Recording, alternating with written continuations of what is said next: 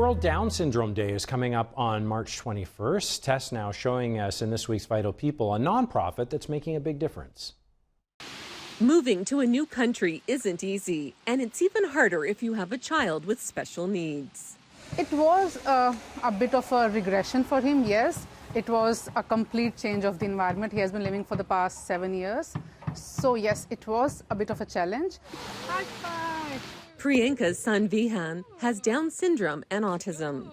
But after moving to Canada in 2022, the family found some much-needed support through the Greater Victoria Down Syndrome Society. Oh, it's tremendous help. A lot of stress and anxiety go away when you know if you're looking for something, you can connect with someone and they are there to help you. They would share their experiences. The society was started in 1990 as a grassroots parent networking group and has since grown to include programming and other supports. We hired our first staff member last year. We provide financial support to families to make up for some of the gaps in the support systems here in Canada.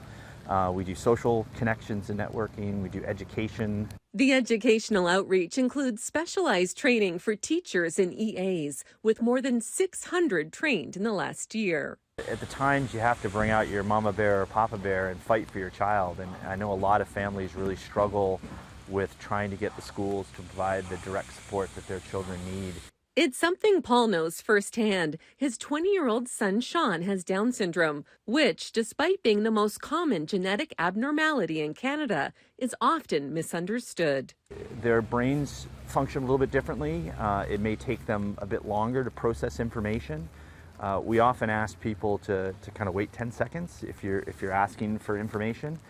They'll get there, and what they tell you will amaze you if you give them the opportunity. World Down Syndrome Day on March 21st is hoping to raise awareness.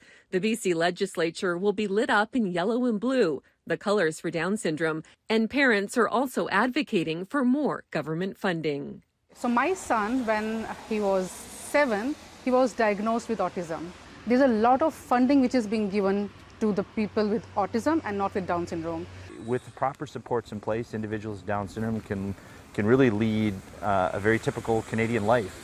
And that's part of the problem that we face is there just isn't enough funding support out there.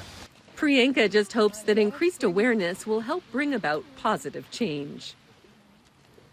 Vital People, brought to you by the Victoria Foundation, connecting people who care with causes that matter.